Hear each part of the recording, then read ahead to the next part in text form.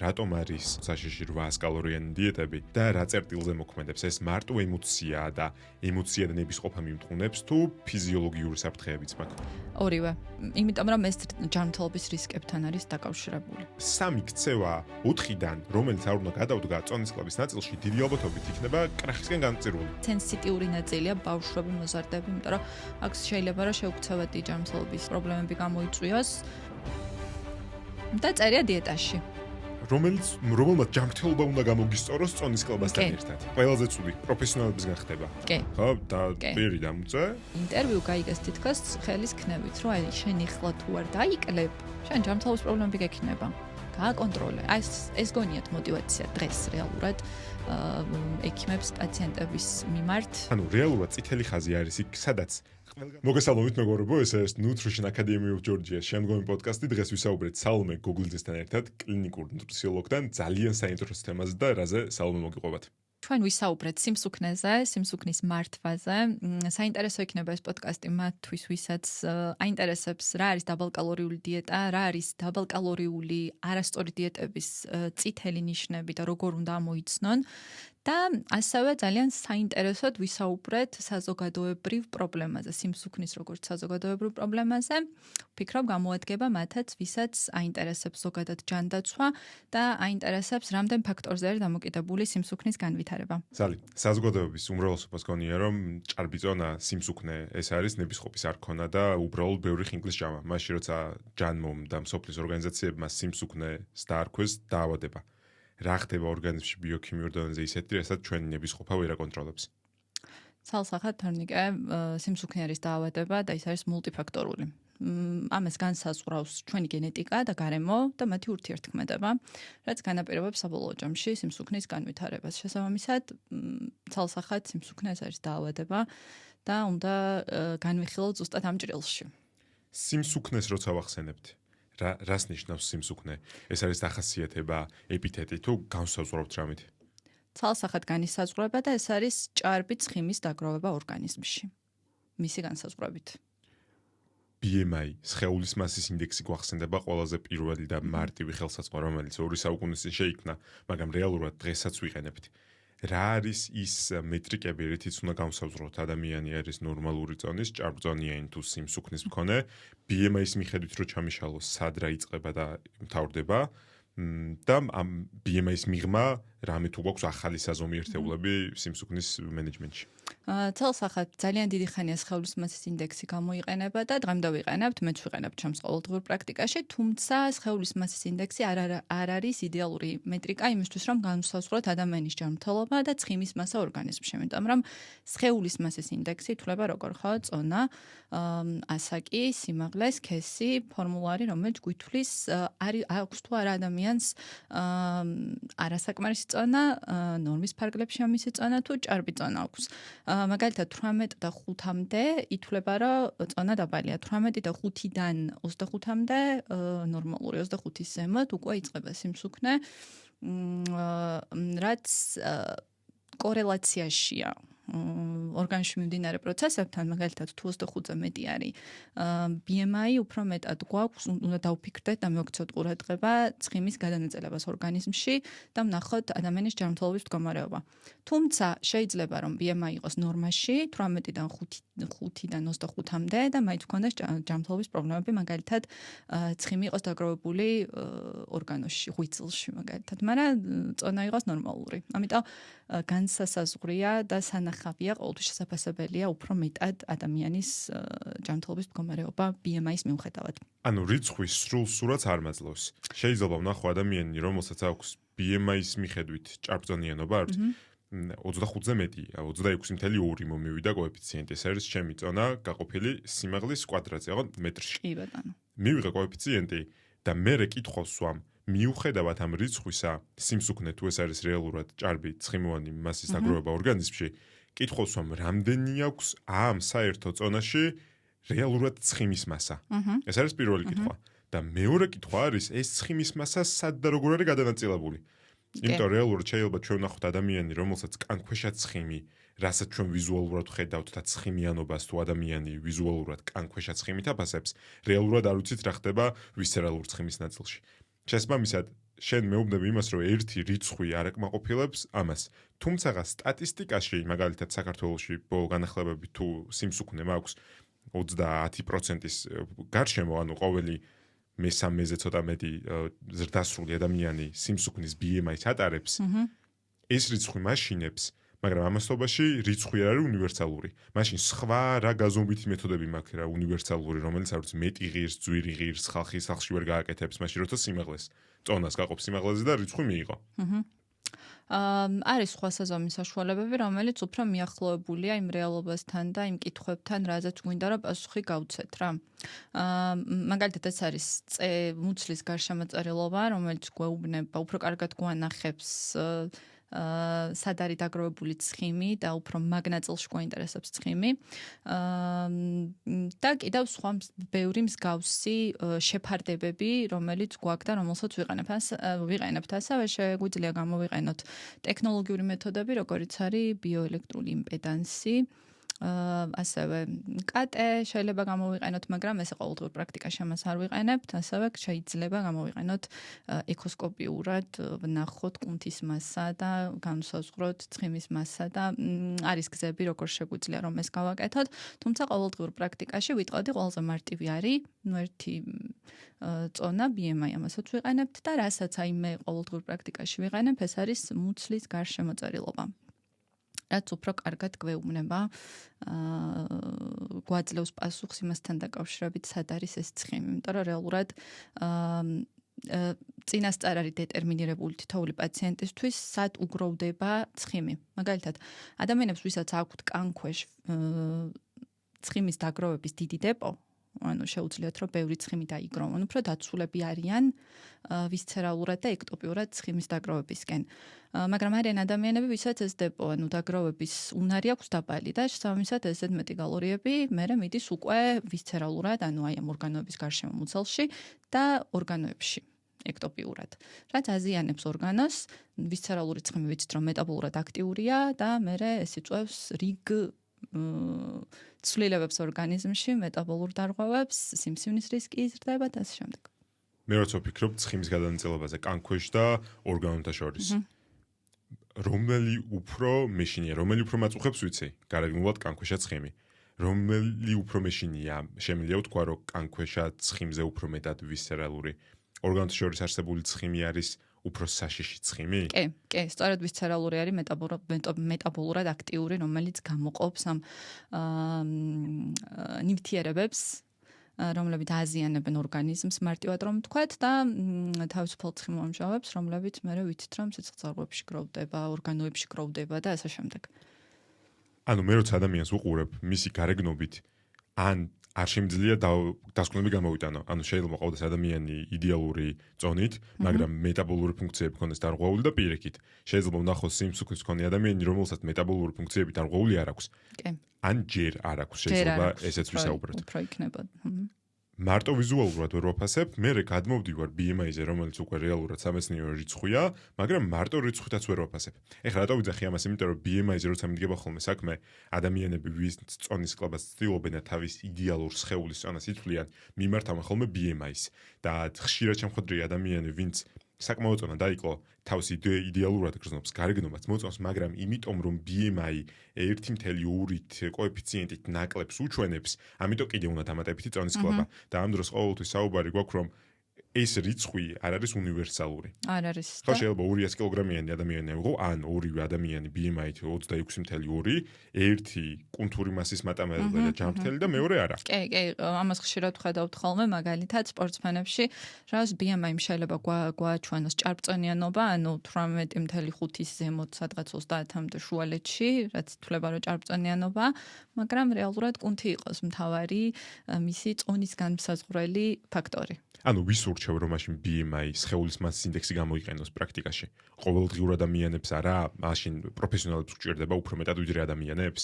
პროფესიონალებს გვჭირდება ძალიან და სხვათა შორის აი საზოგადოებრივ დონეზე სიმსუქნის და ჭარბწონიანობის და სიმსუქნის მართვის ერთ-ერთი მთავარი ფაქტორი არის რომ პირველადი ჯანმრთელობის რგოლმა ის აკონტროლოს.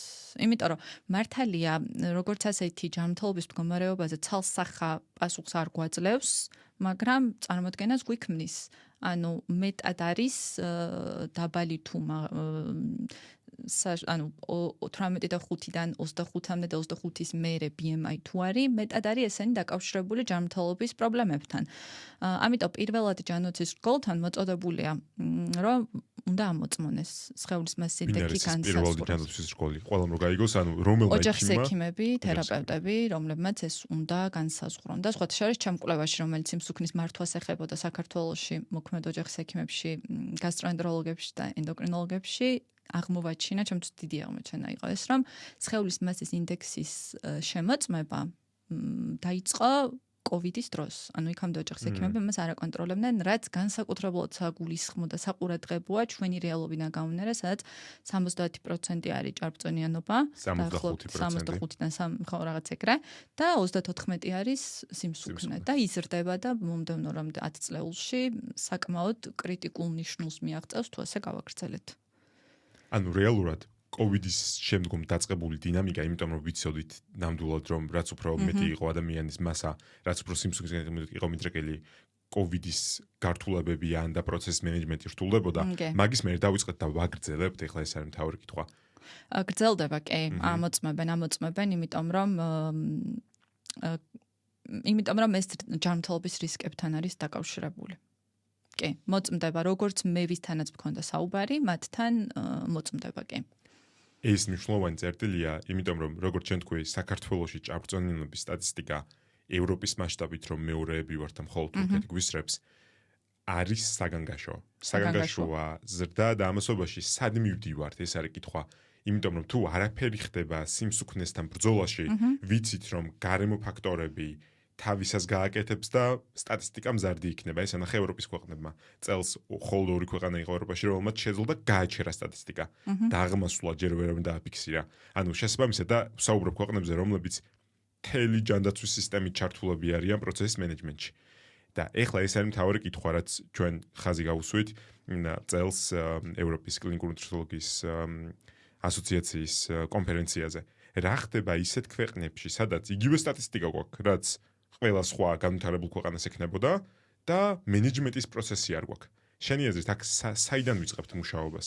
ზოგადად გამომდინარე იქიდან რომ თვითონ სიმსუქნე არის მულტიფაქტორული, მიდგომაც ასეთი სჭირდება რეალურად რა. საიდან ვიწყებთ და მნიშვნელოვანია ქვეყნის დონეზე არსებობდეს პოლიტიკა. უნდა იყოს ინტერესი, რომ სიმსუქნის პრობლემა, ჭარბწონიანობის და სიმსუქნის პრობლემა მოგვარდეს. ეს კი არ უნდა დაწყებულიყო COVID-ის დროს, იმიტომ რომ COVID-თან იყო ასოცირებული ეს რისკ ფაქტორი იყო COVID-ის ერთ-ერთი მთავარი ჭარბწონიანობა. ბევრად უფრო ადრე უნდა დაწყებულიყო და უნდა გაგრძელებულიყო. ჯანაცვის პირველი რგოლი მნიშვნელოვანია ამ ნაწილში რა. ის რომ ჯანაცვის პირველმა რგოლმა სტატისტიკა არიცის, როგორ სხვა შორის ესეც იყო ერთ-ერთი მთავარი ფაქტორი ჩემ კვლევაში, რამაც ასევე გამოკვირვა, რომ პირველმა რგოლმა და ექიმებმა არ იცოდნენ, როგორ იყო სტატისტიკა ჭარბწონიანობის და სიმსუქნის საქართველოში. პირველი რგოლი, რომელიც ამახვილებს ამაზე ყურადღებას, გარემო პროდუქტებზე ხელმისაწვდომობა, კვება სკოლებში, კვება უნივერსიტეტებში, კვება სამსახურებში, ფასი პროდუქტების, სხვათა შორის ერთ-ერთი ყველაზე კარგი გზა, ეფექტური გზა, რასაც საერთაშორისო ეს სხვა საერთაშორისო რეპორტები გვეუბნება, არის რომ დავაწესოთ გადასახადი არაჯანსაღ პროდუქტებზე, მაგალითად შაქრით გაჯერებულ, მარილით გაჯერებულ პროდუქტებზე და სუბსიდირება გაკეთდეს ჯანსაღი პროდუქტების, მაგალითად ეს ერთ-ერთი ყველაზე კარგი გზა. ასევე შეგვიძლია გამოვიყენოთ სხვადასხვა ტიპის ტაქტიკა, როგორიცაა თვითონ პროდუქტის გარეკანზე მითითება საკვების ხარისხის რა, როგორც არის კვებითი ღირებულების, სხვათა შორის აი ევროპას აქვს ძალიან კარგი ეს შუქნიშნის პრინციპი რა. მანდაც შეგვიძლია დისკუსია დავიწყოთ, რამდენად სწორია თუ არასწორია, მაგრამ ფაქტია, რომ მსგავსი მეთოდები არის ეფექტური. ხანდახან აი ყველაზე როდესაც საუბრობ ხოლმე ზოგადად კვებით ჩვევებზე და ცვლილებებზე, პირველი რაც ახსენდებათ ადამიანებს არის, რომ მოსახლეობის განათლება. ანუ მოსახლეობის განათლება მნიშვნელოვანია, მაგრამ აღმოჩნდა, რომ წესები უფრო ეფექტურია, ანუ გადასახადები, ანუ მაგალითად მარკეტებში გარკვეული წესების გათვალისწინება, რომელიც ყველაზე ნაკლებად ანიჭებს და როგორ პასუხისმგებლობას კიდევს ადამიანს რა და ინდივიდუალურ არჩევანს. ანუ გარემო უნდა იყოს ისეთი, სადაც ჯანსაღი კვება და დაბალკალორიული კვება ამ შემთხვევაში არის ყველაზე კომფორტული არჩევანი. ერთი არჩევანი არსებობდეს საერთოდ და ამასობაში ხელმისაწვდომი იყოს არჩევანი. ზუსტად. ანუ როცა ეს ორი ბურთი ერთმანეთს შეხვდება, ხელმისაწვდომობა და არჩევნის გაკეთების საშუალება და ამასობაში უნარი და ცოდნა, ეს არის ალბათ ის იდეალური საწყისი წერტილი, საიდანაც ქვეყანა ქვეყნის დონეზე იწყებს პრობლემის მოგვარებაზე ზრუნავს. ამას დამატებული ჯანდაცვის რგოლი, რომელიც პროცესში სტატისტიკას აწარმოებს და მენეჯმენტში ეხმარება და ბოლო დროს დაინერგა და წამოვიდა კლინიკები, სადაც ოჯახის ექიმები ჰოლისტური მიმართულებით ძილი კვება ფიზიკური აქტივობა ამაზე მეტ ყურადღებას იჩენენ და ეს ჩემთვის არის სასიხარულო, იმიტომ რომ ოჯახის ექიმთა კომუნიკაციის ბევრი პრობლემა, რომელიც სპეციალიზაციას არ საჭიროებს, აუცილებლად მიდის მერე საბოლოო ჯამში ფუნდამენტზე, როგორ გძინავს, როგორ ეშენე ფიზიკური აქტივობა, როგორ ეშენე კვებითი სტილი. კი, და სხვათა შორის აქვე ერთ-ერთ მაგალითს მოვიყვან, გერმანიის მაგალითს მოვიყვან რა და იქაური ჯანდაცვის სისტემის, რაც მე მაგალითად ძალიან მომწონს. რა, სახელმწიფო ჯანდაცვა როგორ მუშაობს, ხო? იქ არიან კომპანიები, ანუ ცალკე ტიპები არიან 100-ზე მეტი მე მგონი. სადაზღვევო კომპანია, რომელიც სახელმწიფო ფულით ერთმანეთს ეკონკურენტება. ანუ სახელმწიფო და ზღვეო არ ჩვეულებრივი, აღარ კერძო ტიპები არიან. და ზოგიერთ მათგანს აქვს ასეთი წესი, რომ თუ მათი დაზღვეული ადამიანი, რომელმაც აირჩიეს კომპანია, იცავს ჯანსაღი ცხოვრების წესს, ფიზიკურად აქტიურია, წონას ინარჩუნებს და ასე შემდეგ, რაღაც პატარა ფასდაკლებები აქვთ. რაღაცა სარგებელი აქვთ რა ამ ყველაფრისგან. რაც მნიშვნელოვანია, რომ ჩვენც გადმოვიღოთ, იმიტომ რომ რეალურად ყველაზე მეტად ალბათ, აი თუ არ შევეხებით პოლიტიკას და თუ შევეხებით კერძო სექტორს, ვინც უნდა დაინტერესდეს ჯანსაღი ცხოვრების სტილით, ეს არის სადაზღვევო კომპანიები. იმიტომ რომ ძალიან დიდი ფული ეხარჯებათ ამ პრობლემებით გამოწვეული შედეგების მართვაში.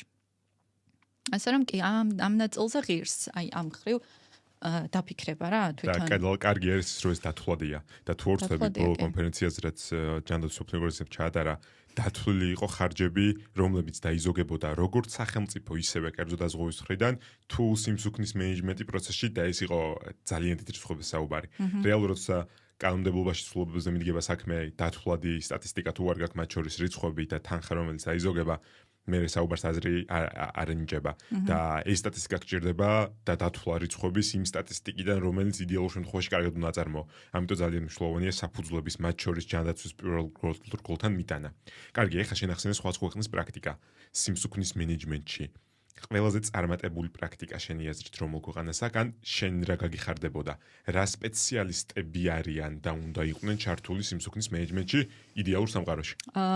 WHO-ს აქვს ძალიან კარგი stop obesity, ანუ სიმსუქნის შეჩერებაზე გამოქვეყნებული რეპორტი რა და იქ ძალიან ბევრი დეტალი არის განხილული. მათ შორის ეხლა რაზეც ვისაუბრეთ ჩვენ. ანუ ყველაზე ეფექტური გზები სახელმწიფოს დონეზე რა შეიძლება რომ გავაკეთოთ. რაც შეეხება აი დიეტოლოგების ჩართულობას 100,000 მოსახლეზე ერთი დიეტოლოგი მაინც უნდა იყოსო, ასე აქვთ მითითებული იქ. დიეტოლოგი უმნიშვნელოვანესი რგოლი არის უშუალოდ სიმსუქნის მართვაში და აღმოჩნდა, რომ ექიმებთან შედარებით და ოჯახის ექიმს რა თქმა უნდა აქვს როლი, ენდოკრინოლოგს აქვს როლი, ყველა ექიმს ვისაც აქვს შეხება ამ დაავადებით გამოწვეულ სხვა ჯანმრთელობის პრობლემებზე, აქვს როლი, რომ პაციენტს უთხრას რა უნდა გააკეთოს, მაგრამ ყველაზე ეფექტური გზა არის დიეტოლოგი, რომელიც მას მართავს.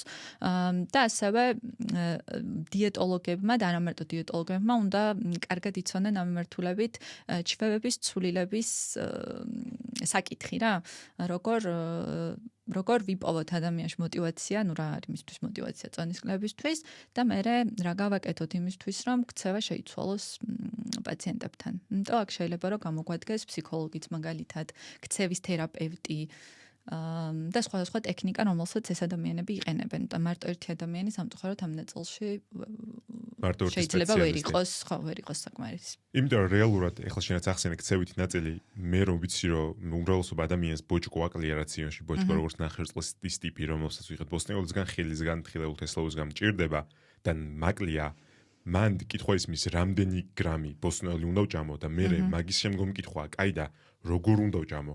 ანუ როდის როგორ მოვამზადო დღის განმავლობაში როგორ გადავანაწილო კვირის გეგმა საშოპინგო და საყიდლები როგორ დავგეგმო, იმიტომ რომ რეალურად თუ ვიცი რა, მაგრამ არ ვიცი როგორ კავშირი ხიდი ჩატეხილია და ბოლოს შედეგი არ იცვლება. და ეს არის ის წერტილი, რომელსაც ქცევის ნაწილი თუ არ გამოსწორდა, რაც არ უნდა კარგი განცდები მქონდეს პროცესში, რომ მე ახლა ვიწყებ ჯანსაღ კვებას, თუ არ დავიწყე ქცევითი ცვლილება, შედეგს მივიღებ იგივეს და მე გამიკვირდება რატო ვტრიალებ ერთი და იგივე წრეზე. ნამდვილად, კი, სხვათა შორის აი ქცევების ცვლილებებში რაღაც როცა ვახსენებ ხოლმე ყოველთვის ძალიან შორს ისმის ეს ქცევითი ცვლილება რა, არა და იმაზე ახლოს არის, ვით რა ჩვენ მგონია ქცევითი ცვლილება იწყება განათლებით პაციენტის რა. ანუ ადამიანი ვერ შეცვლის ქცევას, თუ მას მუდმივად შია და შია, იმიტომ რომ არ ჭამს ადეკვატური რაოდენობით ცილოს თითოკვებაზე და კვება რეგულარულია. ადამიანი ვერ დარჩება დიეტაზე, რომელიც ღარიბი უჯრედისით და ეს იწვევს მისთვის გასტროინტესტინულ, მის შემთხვევაში გასტროინტესტინულ ჩივილებს. სწორად აღნიშნე, როგორ უნდა გააკეთოს, ამაზეც უნდა ვისაუბროთ პაციენტს და უნდა იცოდეს ზუსტად მისი ცხოვრების შესაბამისად რა გააკეთოს და როგორ ჩასვას თუნდაც ან ცილა, ან უჯრედისი ყველა კვებასთან და როგორ გადაანაწილოს ის დღის მანძილზე. შენ ახლა შეხერ ერთ მნიშვნელოვან წერტილს, რომელიც არის ვერ დაიცავს დიეტას, რომელიც და ერთ-ერთი მათგანი არის ღარიბია ბოჭკოთი. დიეტა, რომელიც ღარიბია ცილი, დიეტა, რომლის დროსაც მუდმივად გშია. 800 კალორიანი დიეტები და ექსტრემალური დიეტების კულტურა, რომელიც საქართველოში გვაქვს, როცა წონის კლების შედეგის მიღება მინდოდა, დღეს რო დავიწყე გუშინ წინ. აქ სად უშვებ შეცდომას, რატომ არის და თუ არის საერთოდ საშიში 800 კალორიანი დიეტები და რა წერტილზე მოქმედებს, ეს მარტო ემოციაა და ემოციად ნებისყოფა მიმტყუნებს თუ ფიზიოლოგიური საფრთხეებიც მაქვს? ორივე. ფიზიოლოგიური საფრთხეები, ემოცია და ის რომ არარეალურია მსგავსი დიეტის დაცვა. ერთი რომ 800 კალორიანი დიეტა ვერანაირად ვერ მოგვცემს საკვებ ნივთიერებებს ადეკვატური რაოდენობით და მეორე ვიცით რომ ნაკლები ენერგიის მიღებისას ორგანიზმი ადაპტაციას განიცდის, ანუ ადაპტირდება, რაც ნიშნავს იმას, რომ ჰორმონების გამოყოფა იცვლება, შესაბამისად ჩვენი მეტაბოლიზმი მცირდება, გრელინი იზრდება, ლეპტინი მცირდება და ეს სხვათა შორის მერე სულ ნორმალურად ხან-ხან გონიათ ხოლმე რომ ამ დიეტის მერე ჩვეულებრივ კვებაზე გადავლენ და შეინარჩუნებენ. ამ ყველაფერს შეეწინააღმდეგო არის ურთულესი და სხვათა შორის გრელინის გამოყოფა, რომელიც არის შიმშილის ჰორმონი, რჩება ერთხელ ადამიანი თუ იყო დავალკალორიულ დიეტაზე და შიმშილის ჰორმონის გამოყოფა რჩება იმ რაოდენობით, ადამიანი თავს ვეღარ აკონტროლებს, წვავს ნაკლებ ენერგიას, შესაბამისად იმატებს იგივეს, ან უფრო მეტს. და წარმოიდგინე ეს ციკლი ხდება 1000-ში ერთხელ არა. ეს ციკლი ხდება როგორც წესი ახალი წლების შემდგომ და გილოცავთ წინასწარ ახალ წელს. ეს ციკლი დგება ზაფხულამდე და რომელიმე ისე წერტილში სადაც დავიღალე, აღარ მინდა. აი, წელიწადში წარმოიდგინე კარგი გამოცდილი მოდიეტე 3-ჯერ ატარებს იდეალურ შემთხვევაში არა, მაგრამ ხშირად ულტრა დაბალკალორიულ დიეტას და ყოველი დიეტის ციკლის ბოლოს არა მარტო იბრუნებს ზონას, არამედ შეიძლება აჭარბებდეს და ამასობაში იძახის რომ ნებისყოფა აღარ მაქვს და ვერ გექნება ნებისყოფა როცა ამ დიეტების ციკლში ხარ და ბ შემოვინობი რომ მას შიმშილთან დამოკიდებულება და გაზრდილმა და კიდევ რჩება. და წარმოიდგინე, ანუ ეს არის თამაში, საიდანაც აუცილებლად წაგებული გამოვდივარ და მეტიც ყოველი შემდგომი თამაშის მოგების უფრო მეტად ამცირებს ვარიანტს. კი. ანუ შანსს ამცირებს, რომ რეალურად მერე რაღაც კარგი შედეგი დადო. ასეთი პაციენტები არც თუ ისე იშვიათია ქართულ რეალობაში და საკმაოდ რთულია მათი შედეგიც და ემოციური ფონიც, ანუ ამდენი ფრუსტრაცია ყოველ ჯერზე საკმაოდ რთული გადასალახია და გვირთულებს პროცესს მერე უკვე რა აწონისკლების. პაციენტებამდე რომც არ წავიდეთ და შორს შენ 2 საათით ადრე რო არ წახვიდე და არ გაიხსენო პაციენტთან რასაუბარი მოგიწია, წინგიზი ვარ ადამიანი, რომელსაც შეგრძნების დონეზე ახსოვს მით უმეტეს მოზარდობის ასაკში ესეთი არადეკვატური დიეტების ციკლი. ჭარბწონიანობა და სიმსუქნე მოზარდებში. ეს რამდენად საგანგაშო თემაა. ზრდასრულობზე ვამახვილებთ ხოლმე ყოველთვის ყურადღებას, იმიტომ რომ რეალურად უმრავლესობა არა გადამდები და ავადებების, რომელიც ჭარბწონიანობას ან სიმსუქნეს თან მოყვება ხოლმე, ხო ეს გულსის საღვთო სისტემის დაავადებები იქნება თუ ენდოკრინული დაავადებები, როგორც წესი ასაკის მატებასთან ერთად ვიცი რომ სადღაც დამისტუყებს ჩემი ორგანიზმი, მარტივად რო ვთქვა. რა ხდება მოზარდებში? მათთვის ხო ეს შორი პერსპექტივაა, წნევა მექნება, ეხა ნუ მოფიქრებ მაგაზე როცა 14 წლის ვარ და პური ჭამა მინდა კიდე ერთი ნაჭრის ემოდან. მოზარდებისთვის რას ვაკეთებთ, ან რა უნდა გავაკეთოთ? ან რა რისი გაკეთება შეგვიძლია სიმსუქნის მქონე მოზარდებზე, რომელიც მათ შორის ჩვენი ქვეყნის სტატისტიკა აქ არც ყინავს, გააჩნია ასაკებს, მაგალითად, ერთ-ერთი ასაკობრივი ჯგუფში თუ 20-ები ვართ. მეცხრეზე ევროპის მასშტაბით, თუმცა ჭარბწენილობა სიმსუქნე ჩვენს ქვეყანაშიც სტატისტიკურად მნიშვნელოვანია. ვის ველაპარაკო აქ, მოზარდს ველაპარაკო თუ მშობელს? მშობელს, მოზარდს, სკოლას, ქვეყანას, ყველას, იმიტომ რომ ძალიან სენსიტიური ნაწილია ბავშვები, მოზარდები, იმიტომ რომ აქ შეიძლება რომ შეუქცევადი ჯანმრთელობის პრობლემები გამოიწვიოს. კიდე პლუს ამას დავამატოთ ის, რომ მოზარდობის პერიოდი არის რისკ ჯგუფი, მოზარდი რისკ ჯგუფი არის კვებითი აშლილობის. აქ ძალიან დაბალკალორიული დიეტა ამ მხრივად ძალიან საშიშია. ამიტომ ჩემთვის ძალიან სენსიტიური ჯგუფი არის მოზარდები, იმიტომ რომ მოზარდები მოდიან კლინიკაში, მოდიან კონსულტაციაზე და მათთან ყველაზე მეტად ვხედავთ კვებით ჩვევების შეცვლას და კვებითი აშლილობის რისკს. და აი ამ პერიოდში ჯერ კიდე ჩამოყალიბებელია მარეგულირებელი სისტემა. აქედან გამომდინარე ყველაზე სენსიტიურია და ყველაზე ნაკლებად უნდა დაუწეროთ რესტრიქციული დიეტები და ვხედავთ დაწერილ რესტრიქციულ დიეტებს, რომელიც აი რაც ვილაპარაკეთ, არც ცილა არ არის დარეგულირებული, არც უჯრედისი, არ არის გათვალისწინებული ის რა სურს. ბავშვს არ არის გათვალისწინებული მისი ცხოვრების სტილი, ანუ სკოლაში რომ მიდის და ვერ ჭამს, ეს არ არის გათვალისწინებული. რა შეიძლება წაიღოს, როგორ წაიღოს, როგორ ჭამოს და ასე შემდეგ. და კი, ოჯახს უდიდესი მნიშვნელობა აქვს ამ ნაწილში, იმიტომ რომ ოჯახში როგორი კულტურაც არის კვების, ის მიყლება მერე ბავშვს მოზარდობის პერიოდში და მერე მთელი ცხოვრების მანძილზე. და კი, ოჯახს მნიშვნელობა აქვს, გარემოს მნიშვნელობა აქვს. სალი, 100% გეთანხმები და აქ შემოდის ოჯახის კულტურა კვების და ასევე დამოკიდებულება წონასთან. როცა მოზარდი უყურებს მშობელს, რომელიც არადეკვატური დიეტებით ცდილობს ფორმების გამოსწორებას და შემდგომ ემოციურ დისბალანსს აკვირდება, იმიტომ რომ რეალურად ადამიანი დედა დიასახლის, რომელსაც სამსახურთან ერთად 1000 საქმე აქვს სახლში და 800 კალორიიან დიეტაზე ყოფნა უწევს, ვიცით რომ იმდენად ემოციურად დისბალანსი შემოაქვს ამას მის ცხოვრებაში, რომ დარწმუნებული ვარ, ეს ბავშვთან კომუნიკაციაში გამოჩნდება, ოჯახთან კომუნიკაციაში გამოჩნდება. ამიტომ მშობლის როლი აქ არის ერთი თვითონ გამართული დამოკიდებულება ქონდეს წონასთან და კვებასთან. და მეორე წერტილი, როცა მიმყავს შვილი ადამიანთან, რომელიც ვიცი რომ პროფესიონალია, ან მეგობარმა მირჩია, ან Facebook-ზე ამომიგდო, და ვხედავ რომ ის ადამიანი ჩემი მოზარდის ენერგეტიკულ საჭიროებას არ ითვალისწინებს, რომელიც შეიძლება ჩემზე მეტი იყოს იმ დროს. კი, მეტია დიდი ალბათობით. ისაც მეტია და კი. და ამ დროსაც ვხედავ და ბეჭდილ დიეტას, რომელიც არის ძალიან რესტრიქციული. აქ შემოდის უკვე ცნობიერების ნაწილი და ეს პოდკასტიც ამიტომ იწერება და აკადემიაში სწორედ ეს გვინდა რომ პირველი წითელი ხაზი გავალოთ რა არ უნდა მოხდეს და კიდე ერთხელ მინდა ხაზი გავუსვათ პროფესიონალებს ვინც ამ სფეროში ხართ და მშობლები ვისაც გიწევთ სიმსუქნესთან ბრძოლა თქვენს მოზარდთან ერთად თუ ღმერთის გწამთ გთხოვთ 800 კალორიანი დიეტებისგან დაიცავით არც ერთი ციკლი არც კი შეახედოთ როგორია ორი კვირა ვცადოთ და მე რა იქნება არის ყველაფერი ცუდის დასაწყისი კი 800 კალორიანი დიეტა ერთი რო ქცევებს ცვლის და ცალსახად ვდე მაგრამ წარმოუდგენელია მოიცავდეს ყველა იმ საჭირო ნივთიერებას რომელიც მით უმეტეს მოზარდს ჭირდება ბავშვს ჭირდება ზრდისთვის ზრდასრულისთვისაც არ მოიცავს არა თუ ბავშვისთვის ამიტომ ძირითად შემთხვევებში ვიტყოდი რომ ბავშვებში და მოზარდებში საკმარისი არის ხოლმე ჩვეულებრივი ჯანსაღი დიეტის რეკომენდაცია გაწერების და გრამების გარეშე. აი ეს საკმარისი არის ხოლმე. მერე თუ იშვიათ შემთხვევებში გვჭირდება ცოტა დაბალკალორიული დიეტა, თორე ეს საკმარისია. ზოგადი რეკომენდაციები რაც მოიცავს ბალანსირებულ კვებას. ბალანსირებულ კვებას და როგორც წესი საუბარი მიდის ხოლმე შევსებაზე, რომ ცილ და ბოჭკო გაკლია და მეტი ჭამე. კი, ზუსტად. და მეტი ჭამით იღებს სასრულ შედეგს, რომელიც ბალანსში გეხმარება. კი, ზუსტად. სად არის გამყოფი წერტილი? გენეტიკას და ქცევებს შორის. სიმსუქნის მაპროვოცირებელი მე ესეთ გენეტიკა მაქვს, ნაკლებია ჩემი მეტაბოლიზმი, ჩემი მშობლები ჭარბწონიანობით ან სიმსუქნით გამოირჩეოდნენ და მეც ამას უნდა ველოდო, თუ ჩემი ქცევები განაპირობებს ყოველთვის სიმსუქნეს. ძირითადად რასაც ვხედავთ დღეს სიმსუქნის მიმართულებით, ეს არის პოლიგენური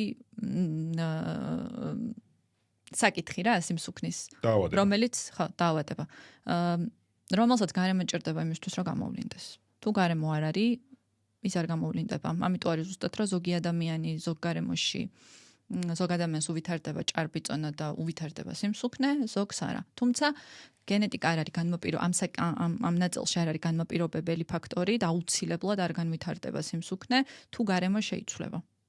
და თუ გარემოზე გავაკეთებთ აქცენტს და გავაკეთებთ პრევენციაზე აქცენტს ასეთ დროს რა.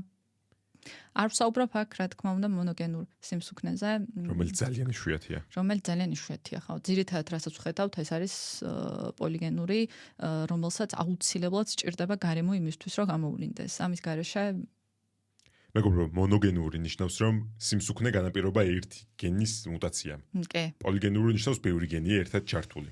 მონოგენური როგორც წესი იმდენად ძლიერად გამოვლენილია და მიმდინარეობს, რომ მაგის ბავშვობის ასაკიდანაც ჩანს და თუ ხედავენ ძირი ამაზე უფრო კარგად პედიატრები საუბრობენ. კი.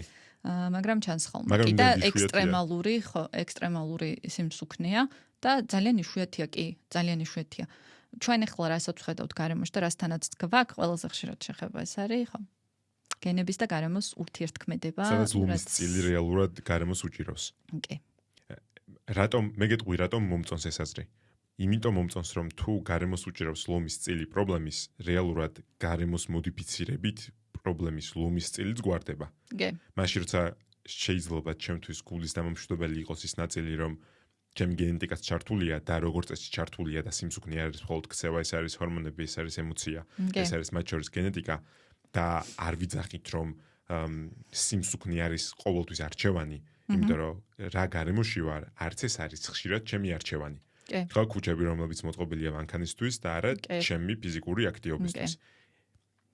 არც ის არ არის არჩევანი, რომ ადამიანს რომელსაც აწუხებს ეს დაავადება და ებრძვის პერიოდულად იკლებს იმეტებს მას, რომ მომეტებული აქვს მადა, არც ეს არ არის მისი არჩევანი და ძალიან ხშირად არასწორად გონიათ ხოლმე, რომ გააკონტროლოს თავი. ხო, ზუსტად და ეს ყველაზე ცუდი პროფესიონალებისგან ხდება.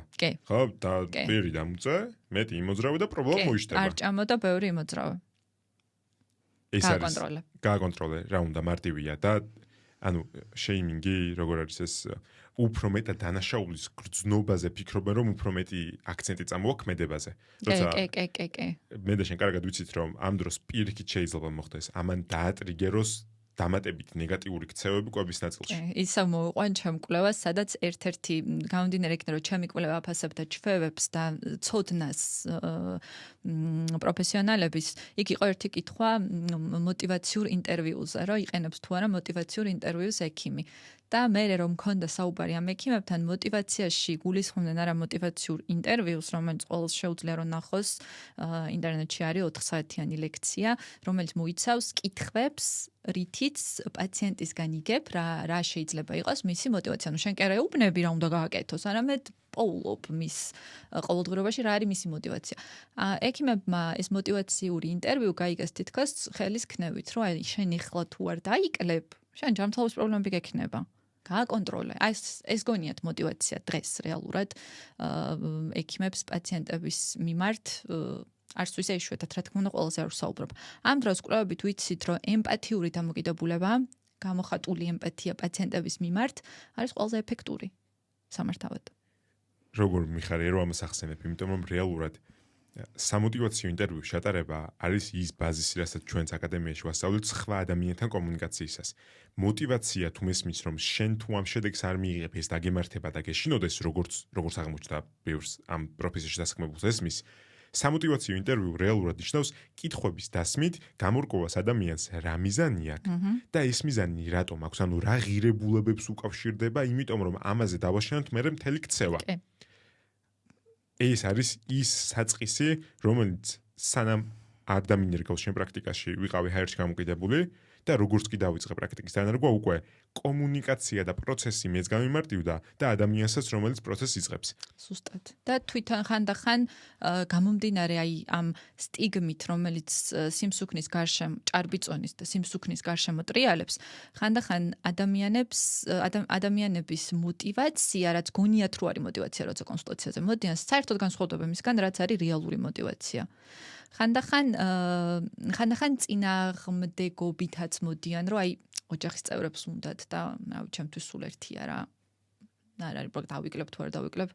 მაგრამ რეალურად თუ სწორად იცი კითხვების დასმა, ისეთ ადამიანებს აღმოუჩენ თვითონვე მოტივაციას, რომ თურმე ქონია მოტივაცია, რა თვითონაც აბსოლუტურად თავისით შეცვალოს ქცევა, ხედვა, საერთოდ ხონერად შეხედოს თავის ცხოვრებას. ძალიან კარგი ტექნიკაა, უმარტივესი ტექნიკაა დამეთანხმები. ესე რა სამედიცინო პერსონალის მხრიდან სასწაულად და ყველას შეუძლია უფასოდ რომ გაიაროს. ამიტომ ვიტყოდი რომ არა მარტო სიმსუქნის მართვაში, არამედ ნებისმიერი ჯანმრთელობის პროფესიონალისთვის, ვისაც სჭირდება ქცევის ცვლილება, მნიშვნელოვანია რომ გაიაროს და იცოდეს რა არის სამოტივაციო ინტერვიუ. მშვენიერი სალი. ეხლა გავიჭრათ უახლეს სიახლეებში სიმსუქნის მენეჯმენტში. თუ სიმსუქნე არის დაავადება, როგორც ყველა დაავადებას, სიმსუქნესაც სჭირდება მედიკამენტი. ან შეიძლება დაჭირდეს მედიკამენტი. წამალი. როცა მაქვს მაღალი წნევა, ვიღებ წნევის დამწევრ წამალს.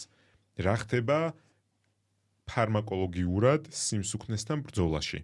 საუბრობ ოზემპიკზე, GLP-1-ზე, მის ახალთაობებზე და შენ როგორ უყურებ ამ თემას? არაჩვეულებრივი, რევოლუციური მედიკამენტები, რომელიც შეგვიძლია რომ გამოვიყენოთ, ვიყენებთ კიდეც და გვაქვს ძალიან კარგი შედეგები. ისევე როგორც სხვა დაავადებებს ჭირდება მედიკამენტი, ისე ჭირდება ამ დაავადებასაც ჭირდება რა, შეიძლება დაჭირდეს მედიკამენტი. იცი ყველაზე ხშირად რას ხვდები წინააღმდეგობის ნაწილში? ერთი ის რომ არის ლოგიკურად შიში რომ როცა დავიწყებ, როდის უნდა მოვრჩე. დავიწყე ოზემპიკი და როდის ვამთავრებ. ამაზე რა პასუხი ექნებოდა? როცა მივაღწევთ სასურველ შედეგს. რომ მოვრჩები, მე რა მემართება? მერე არის მნიშვნელოვანი ჩვევები, რომელიც იქამდე უნდა გამოიმუშავა და სხვათა შორის ოზემპიკის ფონზე საჭიროა აუცილებლად ერთი კონსულტაცია მაინც დიეტოლოგის, ნუტრიციოლოგის იმისთვის, რომ აუხსნას პაციენტს როგორ უნდა იკვებოს. ანუ ჩვევები, რომელიც იმ პერიოდში ექნება, მერე დარჩება და შეინარჩუნებს. ეს გჭირდებათ ადამიანებს როგორც შენარჩუნებისთვის, ისე კარგი სწორი წონის კლებისთვის, რომ კუნთის მას არ შემცირდეს და გარკვეულ პრობლემებს აღარ გადავაწყდეთ მერე. და კიდე ერთი ნაწილი. თუ ყველაფერი გავაკეთე, ზოგიერთ ადამიანს უჩნდება კითხვა და ის ხო რაღაც იმას გავს, რა ქვია, გვერდი თავლის გზას გავს. ანუ მე თითქოს ვატყუებ ჩემთვის, ჩემით კი არ მიმიღია, ამით მივიღე და აი ამ ნაწილზე რას მეტყოდი? ეხლა წარმოვიდგინეთ სიმსუქნე თუ დაავადება, წარმოვიდგინე მაღალი წნევა მაქვს და მე იმის ნაცვლად რომ წნევის დამწევი დავლიე, რომელიც მჭირდება, მივდივარ და არ ვიცი, სუნთქვით ვარჯიშს ვაკეთებ, ანუ ვიძინებ. კი, სტიგმა. იგივე. ეს არის ცალსახად სტიგმიდან გამომდინარე, იმიტომ რომ ყველაზე სტიგმატიზებული დაავადება სიმსუქნე.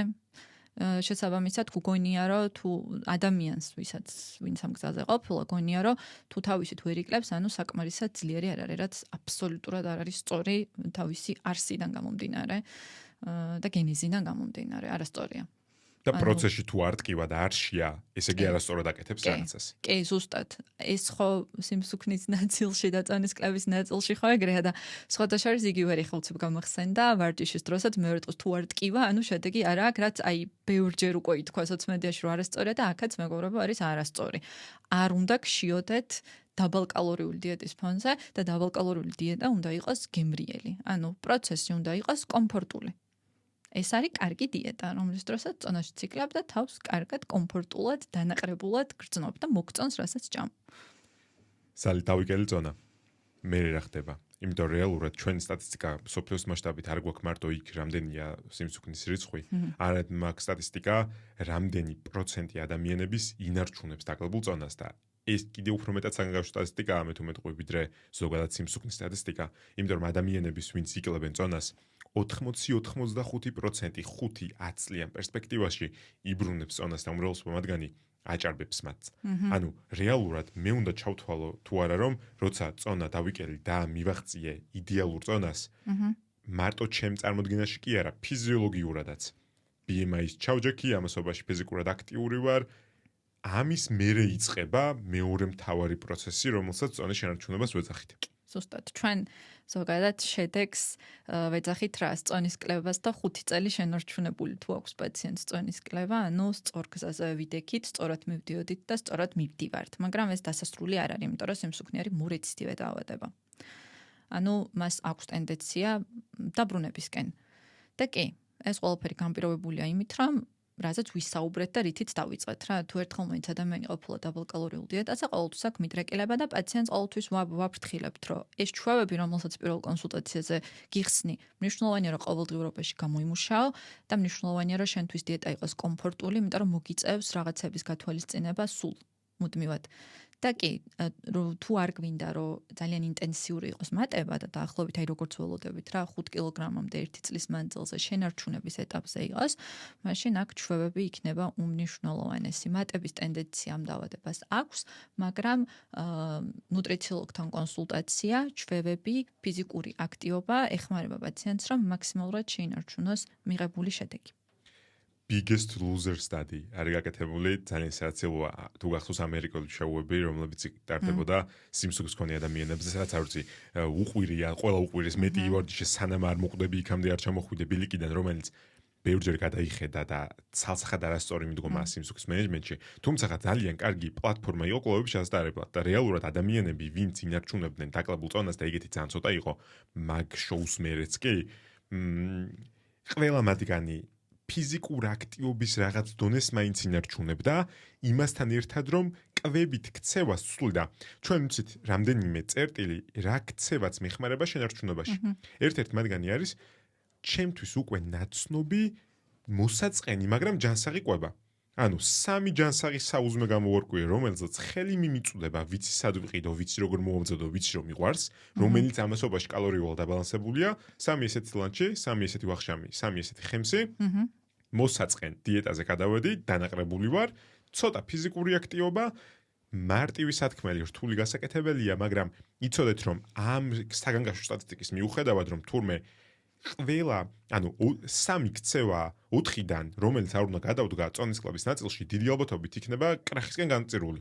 ცუდი სტატისტიკაა, მაგრამ ეს იმას არ ნიშნავს რომ მე როცა ვიწყებ წონის კლუბას, ამ სტატისტიკას ჩამოვეკიდებ თქვა რომ აზრი არ აქვს.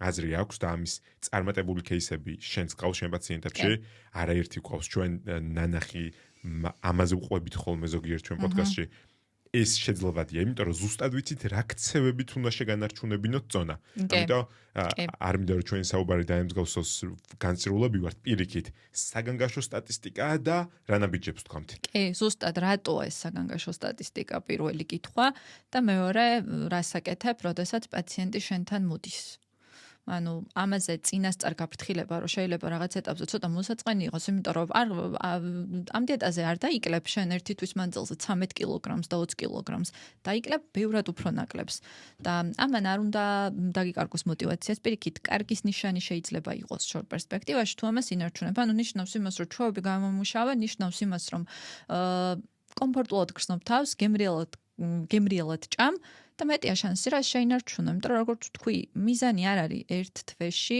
დიდი რაოდენობით წონის კლება, მიზანი არის კლება თვეების მანძილზე და მერე შენარჩუნება. აი ამ პრიზმით თუ შეხედავ, იმ ხელა დროზეა საუბარი, რომ უკვე მიხვდები, რომ შეუძლებელია ის დიეტა, რომელზეც თვეში 13 კილოგრამს იკლებ დაიცვა მთელი ცხოვრება.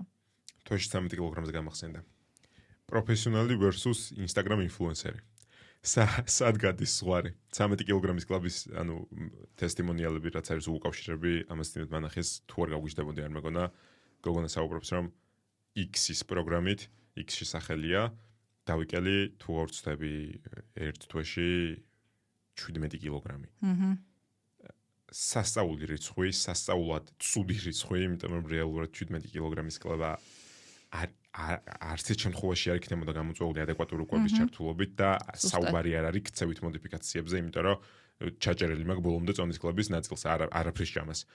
სად გადის აქ ზღვარი, ანუ პროფესიონალების ნაწილში ვინ არის კომპეტენტური და ჩვენ თუ თქვით რომ სიმსუქნე გუნდური მუშაობაა, ამ გუნდში ვინ შედის და ამ გუნდის წევრებმა რა უნდა იცოდნენ?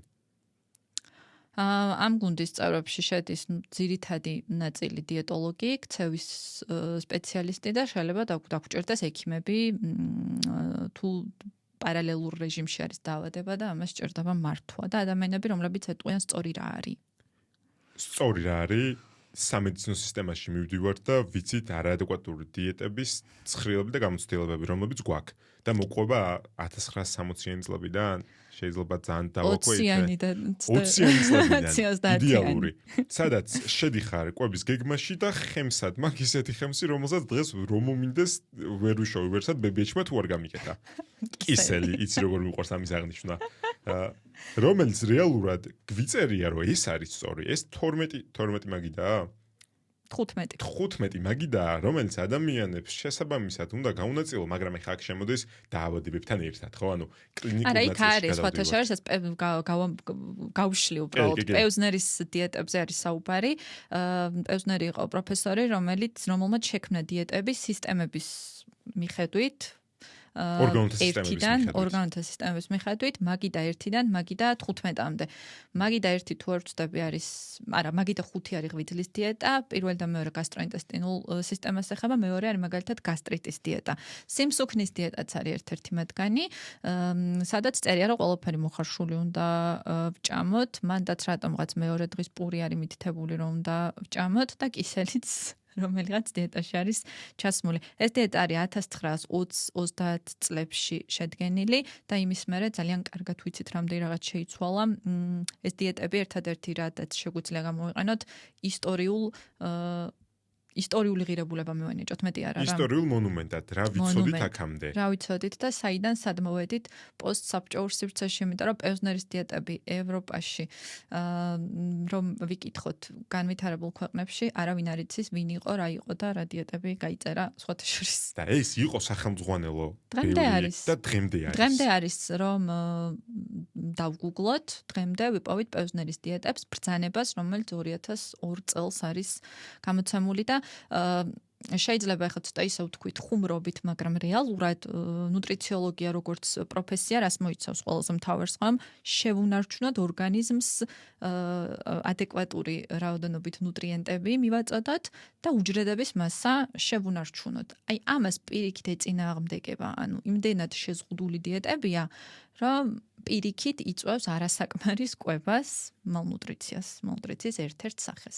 ამიტომ არაადეკვატურია, არ უნდა გამოვიყენოთ ცალსაღად. რაც შეეხება წონისკლების, კონკრეტულად ერთ-ერთი დიეტა რაც არის წონისკლების, რომლის ბევრ ვარიაციას ხვდებით სამედიცინო სფეროში, ერთ-ერთი ყველაზე მთავარი დეტალი, რომელიც მხდება ხოლმე მსგავს დიეტებში, არ ვიცი შენ შეგხვედრია თუ არა, ეს არის სოსისები და დამუშავებული ხორცპროდუქტი, რომელიც რატომღაც ითვლება დაბალკალორიულია და ყოველდღე უწერიათ პაციენტებს რაციონში. ეს ერთ-ერთი წითელი ნიშანი, ან რეალურად ჩვენ როგორც ნუტრიციოლოგები მაქსიმალურად ვცდილობთ, რომ რაღაც აკრძალვები ნეიტრალური ვიღოთ საკვების მიმართ. მაგრამ როცა საქმე ეხება დამუშავებულ ხორცპროდუქტებს, მან ვეუბნებით უფრო მკაცრად, რომ რაც უფრო იშვიათად იქნება რაციონში, უკეთესია ადამიანის ჯანმრთელობისთვის, იმიტომ რომ ვიცით, რომ შეიცავს ნივთიერებებს, რომლებიც სიმსივნის რისკებს ზრდის პირდაპირ კარცინოგენებია. და ეს ნამდვილად ვიცით. ნამდვილად ვიცით. არ არის პირიდან ამოსულ აკრძალვებს თითქმის ვერ გაიგებთ, მაგრამ ვიცით, რომ ულტრაპროცესირებული ხორცი ესეთია. აი და წერია დიეტაში. რომელმაც ჯანმრთელობა უნდა გამოგისწოროს წონისკლებასთან ერთად. კი, ჯანმრთელობა უნდა გამოგისწოროს. მეორე ვხვდები დიეტას მსგავსი კომბინაციებით, მაგალითად, აი მეორე და მესამე კვებაზე. შემხვდა 1-2 და უბრალოდ ძალიან გაუგებარი იყო ჩემთვის. ან ბროკოლის წვნიანი შუადღის კვებაზე, საღამოს კვებაზე, ან ბროკოლის წვნიანი, ან თევზი. როგორ ანაცვლობს ერთმანეთს ბროკოლი და თევზი. აქვე დავამატოთ და ვთქვათ, რომ თევზი შეიძლება ჩავანაცვლოთ სხვა აცილით მდიდარი პროდუქტით, როგორიცაა ქათმის ხორცი, ფრინველის ხორცი, რაღაცების კომბინაცია, მაგალითად კვერცხის და ყველის კომბინაცია. ან სცენარეულ ცილებში შემიძლია გადავიდე, მაგრამ ბროკოლი? კი, მაგალითად სცენარეული ცილებით ჩავანაცვლოთ იგივე, მაგალითად სოიო, ოსპი, ლობიო ამ პროდუქტებით შეგვიძლია ჩავანაცვლოთ, მაგრამ აი ბროკოლის წვნიანი, რომელშიც არც ერთი ეს კომპონენტი არ არის, ვანაცვლებთ სხვა ბოსტნეულით, უსახამებლო ბოსტნეულით. მაგალითად ყაველოვანი კომპოსტოთი, კიტრით, პომიდრით და ასე შემდეგ, სხვა ფერადი ბოსტნეულით. ანუ რაღაცას რაღაცით რო ვანაცვლებთ, ამას ვაკეთებთ ყოველდღიურ პრაქტიკაში, მაგალითად ბოსტნეულის ნებისმიერ სახეობა შეუძლია პაციენტს რო აირჩიოს. მაგრამ უნდა ჩავანაცვლოთ იგივე ჯგუფის პროდუქტით. თუ ვანაცვლებთ ბროკოლს, უნდა ჩავანაცვლოთ უსახამებლო სხვა ბოსტნეულით. თუ ვანაცვლებთ ცილის წყაროს, მაგალითად თევზს, უნდა ჩავანაცვლოთ სხვა მცენარეული ცილის წყაროთი, ან სხვა ცხოველური ცილის წყაროთი. ასეთ შემთხვევაში სწორია ჩანაცვლება. ბროკოლი ან თევზი არასწორი ჩანაცვლებაა. ზალი, წითელი ხაზები, რომელიც ადამიანი უნდა გაითვალისწინოს, როცა კვება როგორღაც მის ხელში აღმოჩნდა, ან იყიდა სადმე სოციალურ ქსელში, ან პროფესიონალმა დაუწერა, მათ შორის სამეცნიერო გარემოში და წუხარ რომ ამაზე საუბარი გვიწევს, მაგრამ დიდი ხანი ამაზე სასაუბროა და მიხარია რომ ამაზე ხმამაღალ საუბრობთ, იმიტომ რომ ეს არის კრიტიკულად მნიშვნელოვანი წერტილი, სადაც მე ნდობა იკარგება. ნდობა იკარგება ინსტიტუტისადმი, რომელმაც რეალურად პრობლემა უნდა გამოუსწოროს. კი, და ყველაზე სანდო ადამიანი რეალურად ექიმია, ვინც გეუბნება რა როგორ უნდა გააკეთო და ერთი და იგივე რო ხდება სოციმედიაში. ჩვენ კი ვიძახით ბლოგერი, ნუტრიციოლოგები, მაგრამ ბევრი ნუტრიციოლოგი ბევრად სწორად წერს კვების რეჟიმს, ვიდრე სამედიცინო პერსონალი რა და ამას ორივეგან რო ხვდა, უკვე პაციენტი იბნევი რა უნდა გააკეთო, ვისთან უნდა წახვიდე და ვინ არის ნუტრიციოლოგი, ვინ არის ექიმი. რა არის ჯანსაღი კვება საერთოდ? იმიტომ რომ რეალურად გადმოღებული პრინციპი ფიტნეს მწვრთნელებში ხშირად მინახავს, რომ პრინციპები მეორდება ექიმებისგან გადმოღებული დიეტით და შემდგომ სოციალურ ქსელში ამურის ნაზავი. და ზოგიერთი ადამიანი მე თავის პრაქტიკას რომ მე ამან დამაკლებინა და მოდი ამას გავწერ. ანუ რეალურად წითელი ხაზი არის იქ, სადაც ყველგან მოხარშული წერია. აი ეს უკვე აიღეთ ეს ფურცელი და გადადეთ გვერდზე თუ გინდათ გადააგდეთ. მეორე ნაწილი არის, როცა კისელი თუ შეგხვდათ, ძალიან გთხოვთ, მეტი აღარც გააგრძელოთ კითხვა და ფოტო ჩამიგდეთ, იმიტომ რომ მინდა პოსტი დავდო, მქონდეს ხელშესახები სადმე კისელი რო ეწეროს დღევანდელ დიეტაში. მესამე წერტილი შენ თქვი სოსისის სარდელი ან მსგავსი დაბალკალორიული ხორცის პროდუქტი, რომელიც არაფერს კარგს აგაიკეთებს და მათ შორის არც დაგანაყრებს, სიმართლე გითხრათ. კი, ნამდვილად. და მესამე წერტილი არის ჩანაცვლებები უნდა იყოს ადეკვატურად გაკეთებული. სწორად ჯგუფებში. ანუ რეალურად ეხლა სალი ჩვენ რო საუბრობთ, რაც ჩვენ ვიცით ბოლოს სად მიდის ეს ჩვენი მსჯელობა და ლოგიკა და მეცნიერება. და მაგიტო ვეუბნებით ადამიანს, რომ კალორიები მნიშვნელოვანია და მიირთვი 2370 კალორია დღეში, ან შუალად ვეუბნებით 2200-დან 2500-მდე. ეს ადამიანს არაფერს ნიშნავს. მე აინტერესებს, რამდენი ცილა ცხიმი ნახევარწყალი უნდა მიირთვას, მაგრამ ესეც არაფერს ნიშნავს. საბოლოო ჯამში ადამიანს აინტერესებს, რა არის საკვები ჯგუფები და როგორ უნდა გადაანაწილოს დღის განმავლობაში რაციონში, ან თეფშზე. კი, პრაქტიკული ცოდნა. ერთადერთი დავამატებ დიეტების წითელ ნიშნებს, პირველ ყველაზე მთავარს, რომ აი უჯრიდან ამოღებული დიეტა, ერთგვერდიანი დიეტა, რომელიც საერთოდ არ ითვალისწინებს შენს ინდივიდუალიზმს. პირდაპირ ამობეჭდილი და გაცემული, ერთი და იგივე ყველასთვის. ეს არის ერთ-ერთი ყველაზე მთავარი წითელი ნიშანი, რომელსაც ხშირად ვაწყდებით პრაქტიკაში. და მერე უკვე ის ყველაფერი, რაც შენ თქვი. იდეალური. დაკითხობის დაუსმელად ამასობაში. კი. მაშინ სად შემოდის ხელსაწყოები? რა არის ის საერთო წერტილი, რაც დავიწყეთ და გავაგრძელებთ? სადმე შეუძლია ადამიანს ნახოს ქართულ რეალობაზე მორგებული ჯანსაღი კვების სტილი, იმიტომ რომ გვაქვს ამერიკული მოდელი, გვაქვს ბრიტანული მოდელი. საქართველოში რა ხდება? რა ვშვებით და რას გეკმავთ? შეგიძლიათ იხილოთ საქართველოს პარენტერალური და ენტერალური კვების ასოციაციის ვებ-გვერდი GSPNG, სადაც ჩვენი პირველი პროექტი რეალურად იყო კალკულატორის ჩაშენება, რომელიც უთვლის თითოეულ ადამიანს ინდივიდუალურად თავის მონაცემებით კალორიებს და მერე როდესაც ამ კალორიებს აწვება ადამიანი, ხსნის საკვებ ჯგუფებს, 6 საკვებ ჯგუფს, რომელიც ყოველდღე რაციონში უნდა იყოს და თითოეულ საკვებ ჯგუფში ულუფების რაოდენობას. მაგალითად, აი სიტყვაზე სახამებლიანი პროდუქტები, როგორიცაა პური, მაკარონი, წიწიპურა, ბრინჯი, კარტოფილი და შემდეგ რამდენი ულუფა უნდა მიიღოს დღეში, ცილა რამდენი უნდა მიიღოს, ხილბოსტნეული რამდენი უნდა ჭამოს და ჯანსაღი ცხიმები რა უნდა ჭამოს და გარდა ამისა, ეს კალკულატორი თვითონვე ხვდება რეალურად სხეულის მასის ინდექსის მიხედვით ადამიანს ჭარბი წონა აქვს, სიმსუქნე აქვს თუ არასაკმარისი წონა აქვს და ამის მიხედვით აძლევს მეორე კალორიებსაც ჯანსაღი წონის მისაღწევად ან ჩვეულებრივ შესანარჩუნებლად. ამ ორ ვარიანტს თავაზობს. რაც გამოადგებათ როგორც პაციენტებს, ისე სხვადასხვა არის ჯანაცვის პროფესიონალებსაც, იმიტომ რომ ეს არ არის ერთგვერდიანი დიეტა, სადაც წერია, რომ აი საუზმეზე მაგალითად ერთი ნაჭერი პური, შავი და იმერული ყველი უნდა ჭამო. გამო შუადღეს რაღაცას ასე არ არის გაწერილი. პირდაპირ ჯგუფებს გაძლევს, მრავალფეროვნების საშუალებას გაძლევს. ჩემი რჩევა იქნება ასევე, რასაც პაციენტებს ვაუბრობ ხოლმე, რომ ეს ცხრილი შეუძლიათ მაგალითად ჩაუგდონ ნებისმიერ AI-ს და ის უკვე დაუგენერირებს სხვადასხვა რეცეპტებს, რომელიც მათთვის შეიძლება რომ ძალიან კომფორტული და ეფექტური იყოს. გამოყენებადია, დასახვეწია, მაგრამ გამოყენებადია და ვფიქრობ ძალიან კარგი რამ არის როგორც პაციენტებისთვის, ისე ექიმებისთვის. და უბრალოდ ადამიანებისთვისაც უნდა ჯანსაღი ყვება. სალი, უღრმეს მადლობა.